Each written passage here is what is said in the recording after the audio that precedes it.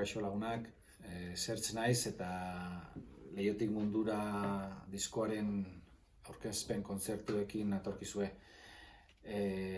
Otsailak 26an hasiko naiz, Munitibarren, ostirala, bertako kulturetxean, gero horrengo egunean Naparrura joango naiz, Lekunberrira, kasu honetan, Lekunberriko Printza gaztetxean, gero martxoak 14 Bilbon izango naiz, parte zaharrean, eguardian, igandea, biran, eta urrengo astera joango naiz, martxoak 20, Donostia aldera etorriko naiz, Añorgara, bereziki Antxonai Estaran kulturetxea, eta azkena, azkena Gasteizen, apirilak 22.